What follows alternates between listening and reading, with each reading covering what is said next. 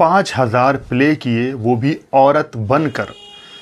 बच्चों की मौत पर भी स्टेज नहीं छोड़ा, चेहरे पर मुस्कान रही। बात करूंगा आज मैं एक ऐसी शख्सियत की जिसको भारत में बाल गंधर्व के नाम से जाना जाता है। इनका नाम था नारायण श्री प्रसाद राजहंस। जन्म हुआ 22 जून महाराष्ट्र में साल 1888 में। इनकी मां अन्नपूर्णा भजन गाया करती थीं और पिता श्रीपद राव भी गायक थे। बाल गंधर्व जैसे जैसे बड़े हुए उनको भी गाने का शौक बढ़ गया और 10 साल की उम्र आते आते वो बहुत अच्छा गाने लगे थे। उन्हीं दिनों में एक बार बाल गंधर्व को लोकमान्य बाल गंगाधर के सामने एक गीत गाने का मौका मिला। लोकमान्य जी ने जब ये गीत सुना तो वो बहुत खुश हुए और उन्होंने उस बच्चे की पीठ थपथपाई और उसको एक नाम दे दिया, बाल गंधर्व, यानी कि गुणों से भरपूर गायक। और उसके बाद से ये शख्सियत बाल गंधर्व के नाम से ही पहचानी जाने लगी। लेकिन बाल गंधर्व की एक प्रॉब्लम ये थी कि वो ठीक से सुन नहीं पाते थे। एक बार जब वो कोल्हापुर में कोई शो करने गए तब वहाँ के राजा को उनकी गायकी और उनका हर तरह का अंदाज बहुत पसंद आया। लेकिन कोल्हापुर के राजा ने यह एहसास कर लिया कि बाल गंधर्व ठीक से सुन नहीं पाते हैं और तब उन्होंने बाल गंधर्व का बहुत अच्छे डॉक्टर से इलाज करवाया। बाल गंधर्व ठीक हो गए और उसके बाद उसी कोल्हापुर के राजा ने उनको किर्लोस्कर नाम की एक नाटक मंडली में एंट्री दिलवा दी। किर्लोस्कर नाम की नाटक कंपनी को एक महिला एक्ट्रेस की तलाश थी। उन दिनों में औरतों का किसी नाटक में काम करना बहुत ही गलत माना जाता था। तब ये जिम्मेदारी संभाली बाल गंधर्व ने। 1906 का ये किस्सा है जब बाल गंधर्व ने 18 साल की उम्र में मिराज नाम के एक शो में शकुंतला बनकर जब वो आए तो लोग हैरान रह गए। किसी ने भी ये नोटिस नहीं किया कि ये लड़की नहीं लड़का है। सब लोग उनकी अदाओं पर और उनके हाव भाव पर धोखा खा गए थे।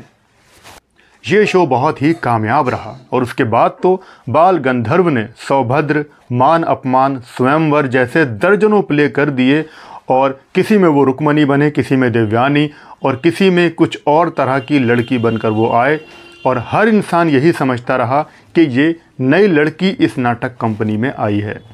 फिर साल 1913 आते आते कुछ आपसी मतभेद हो गए और किर्लोस्कर कंपनी टूट गई। उसके बाद बाल गंधर्व अकेले रह गए, लेकिन उन्होंने हिम्मत नहीं हारी और उन्होंने अपनी खुद की नाटक कंपनी शुरू की। नाम रखा बाल गंधर्व नाटक कंपनी। इस नाटक कंपनी में बाल गंधर्व ने औरत बनकर न जाने कितने शो कर दिए और देखते ही देखते वो नाटक सम्राट बन गए। बल्कि ये कहा जाता है कि उन्होंने 5000 टोटल शो अपने करियर में किए हैं। वो इस तरह से आगे बढ़ते चले जा रहे थे। उनके नाटक कंपनी में करीब 100 लोग काम करते थे जो एक ही छत के नीचे रहा करते थे और बाल गंधर्व उनकी हर तरह की देखभाल किया करते थे। बाल गंधर्व जब लड़की बनकर स्टेज पर आते थे तो उनकी अदाओं पे लोग मोहित हो जाया करते थे। वो नई नई साड़ियाँ पहनकर आते थे तो जो वहाँ पर लेडीज़ ये शो देखा करती थीं उन औरतों में साड़ियों का क्रेज़ बढ़ जाया करता था और स्पेशल ऑर्डर देकर उन जैसी साड़ियाँ बनवाई जाने लगती थीं। वो ज्वेलरी भी कुछ इस तरह की पहनते थे कि एक नया ट्रेंड लेकर आते थे। बाल गंधर्व ब्राह्मण थे और उनकी शादी बहुत ही कम उम्र में लक्ष्मीबाई से हो गई थी। उनके 7 बच्चे हुए, लेकिन उनकी ज़िंदगी में तूफ़ान तब आया जब एक दिन वो अपनी नाटक कंपनी का शो कर रहे थे और शो करते हुए ये न्यूज़ आई कि उनकी बेटी और बेटे की अचानक से इन्फेक्शन से मौत हो गई है। इस खबर से सब लोग हिल सा गए थे, लेकिन बाल गंधर्व अपने शो में लगे हुए थे। वो अपनी परफॉर्मेंस जारी रखे हुए थे। उनके चेहरे पर मुस्कान थी, लेकिन अंदर से वो रो रहे थे। उन्होंने अपनी परफॉर्मेंस इतनी बड़ी खबर सुनने के बाद भी जारी रखी, लेकिन दर्शकों की आंखों से आंसू बह रहे थे। फिर वक्त गुजरता चला गया। साल आ गया 1928 और यहाँ पर बाल गंधर्व को अमरावली में एक और शो करना था। लेकिन शो शुरू होने से पहले ही एक और दुखद खबर आई कि उनकी बेटी की भी डेथ हो गई है। उसके बाद भी बाल गंधर्व ने चेहरे पर मुस्कुराहट रखकर अपना शो पूरा कंप्लीट किया और अपने काम से मुंह नहीं मोड़ा। बाल गंधर्व ने अपनी दोनों बेटियों की शादी बहुत धूमधाम से की थी, जिसकी वजह से वो कर्ज में डूब गए थे। अब वो चाहते थे कि उनके घर में कोई बेटा हो, लेकिन बेटा तो पहले ही गुजर चुका था।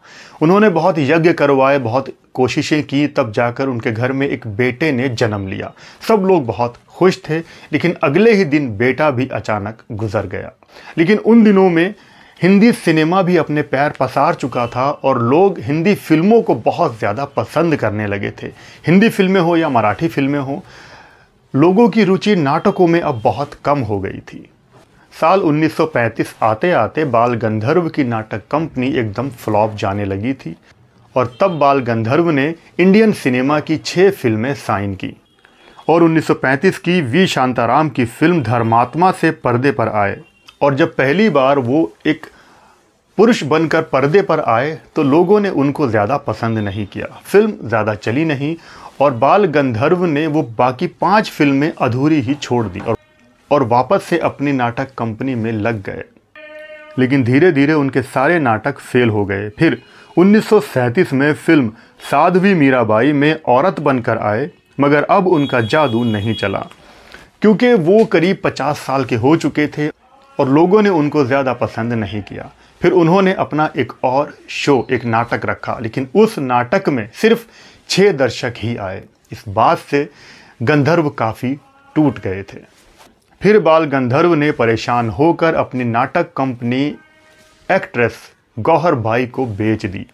बाल गंधर्व की पत्नी भी शादी के 35 साल बाद गुजर चुकी थी। अपनी पत्नी के गुजर जाने पर और अपनी नाटक कंपनी बेच देने पर बाल गंधर्व और ज़्यादा अकेले रह गए थे। लेकिन गौहर बाई उनको बहुत ज़्यादा पसंद करती थी। वो उनकी आवाज़, उनकी गायकी और उनके नाटकों की दीवानी थी। वो घंटों बाल गंधर्व के गाने सुना करती थी।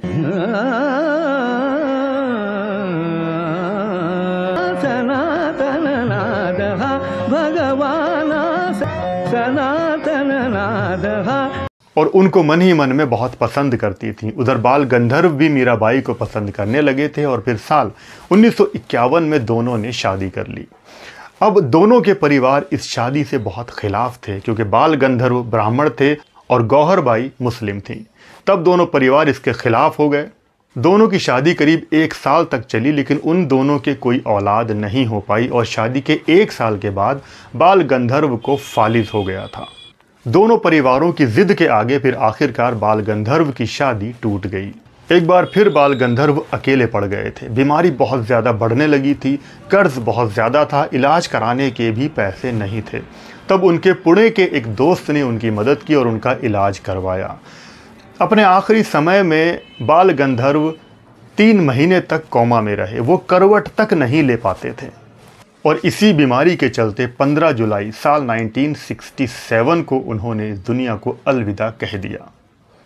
लेकिन बाल गंधर्व ने जो किया वो शायद ही कोई और कर पाए। 5000 शो, हर शो में लड़की बनना और इतना बड़ा नाम कमाना। उनके इसी काम की वजह से उनको साल 1964 में भारत सरकार ने पद्म भूषण से सम्मानित किया और साल 1968 में पुणे में बाल गंधर्व के सम्मान में बाल रंग गंधर्व मंदिर का उद्घाटन भी किया गया और 2011 में उन पर मराठी फिल्म भी बनी जिसे नेशनल अवार्ड से सम्मानित किया गया। तो यही था बाल गंधर्व का इतिहास। आपको ये इन्फॉर्मेशन क्या पहले से पता थी? वीडियो में कमेंट करके ज़रूर बताना और ये इन्फॉर्मेशन कैसी लगी ये भी ज़रूर बताना। आज के लिए बस इतना ही। रेट्रो शावेज़ के यादों के रूहानी किस्से में आप लोग अपना बहुत बहुत ख्याल रखें और देखते रहें रेट्रो शावेज़। जय भारत, जय हिंद।